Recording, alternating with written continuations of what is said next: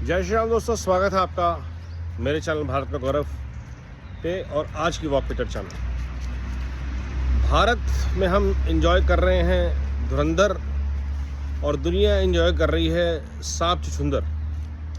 जो ट्रंप का सांप ने छुछुंदर का गेम चल रहा है ईरान इजराइल के साथ मिडल ईस्ट में।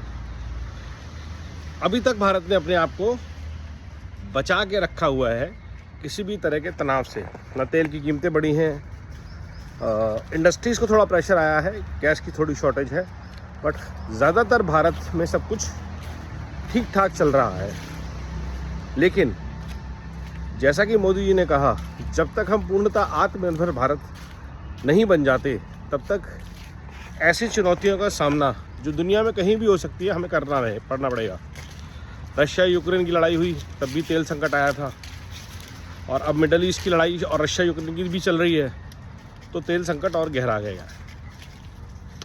कहने की बात ये, समझने की बात ये कि सारे भारत को तैयार रहना पड़ेगा किसी भी कुर्बानी के लिए, किसी भी फ्लेक्सिबिलिटी के लिए, आपकी लाइफस्टाइल में कटिंग के लिए, कॉस्ट कटिंग के लिए, लाइफस्टाइल कटिंग के लिए। हो सकता है आपके घरों में बिजली ना आए, पानी की आपूर्ति थोड़ी बाधित हो, लेकिन ये ध्यान रखिएगा जब आपके घर में बिजली नहीं आ रही तो किसी के घर में रोटी पकाने के लिए गैस भी नहीं है। तो आपसे ज़्यादा लोगों को जिनकी ज़रूरत है बेसिक्स की, उनकी तरफ शायद कुछ संसाधन डाइवर्ट किए जाएं। गाड़ी आपके पास नहीं चल रही क्योंकि उसमें पेट्रोल नहीं है, लेकिन पब्लिक ट्रांसपोर्ट चलेगा, तो आप पब्लिक ट्रांसपोर्ट, शेयर ट्रांसपोर्ट का ध्यान ज़्यादा दें। अपने व्हीकल्स का जितना हम कम उपयोग करना शुरू करेंगे अभी से, वो बहुत अच्छा, उतना ही संसाधन बचेंगे।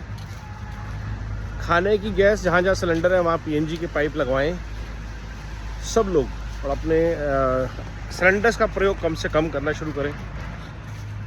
कंपनीज अपने आप को ऑलरेडी तैयार करना शुरू करें वर्क फ्रॉम होम मॉड्यूल के लिए। जो डिलीवरीज हैं जो एक्टिविटीज़ हैं उनको प्लान करें, रिशेड्यूल करें। हमने ऑलरेडी ये करके दिखाया है, कोविड में पूरी दुनिया को चलाया है वर्क फ्रॉम होम के मॉडल से।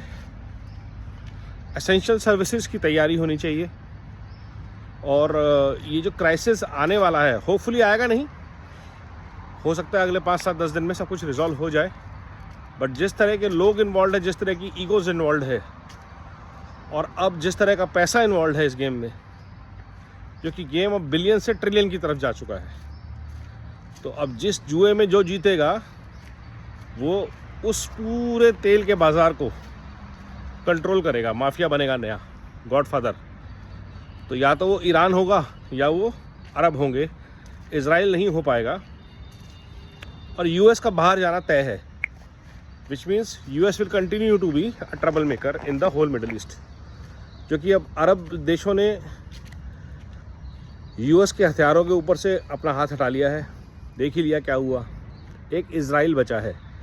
तो ईरान का जो दबदबा बनेगा हॉर्मुज़ की खाड़ी पे और वहाँ से निकलने वाले सब रास्तों पे, उससे ग्लोबल इक्वेशन चेंज होगी पावर की।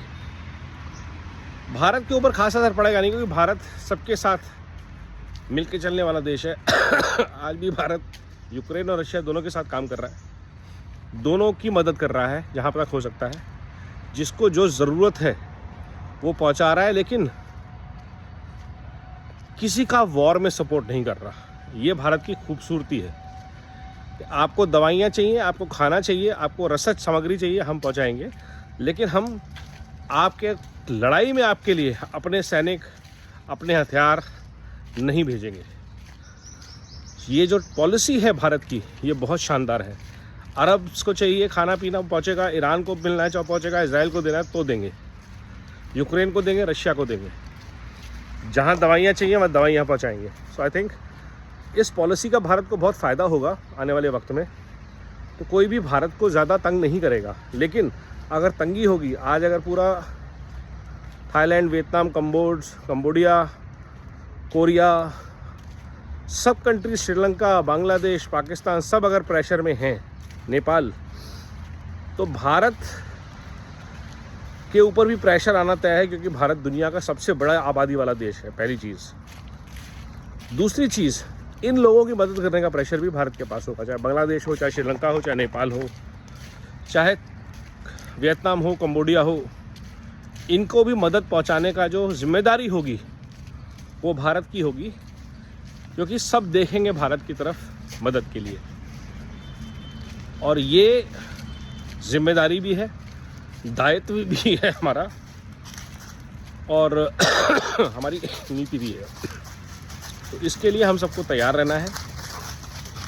इस दुविधा के टाइम पे पैनिक बटन नहीं प्रेस कर रहे, but preparation is always better. मिलके तैयारी करें एक बार फिर नए चैलेंजेस के लिए जो आने वाले वक्त में आ सकते हैं, पर तैयारी करने में कोई हर्ज नहीं है। सरकार कह रही है सब कुछ ठीक है, हम मान लेते हैं सब कुछ ठीक है, बट अपनी तैयारी में समाज के रूप में, परिवार के रूप में, देश के रूप में तैयार रहने में कोई हर्ज नहीं है। नमो भारत, वंदे मातरम, जय हिंद।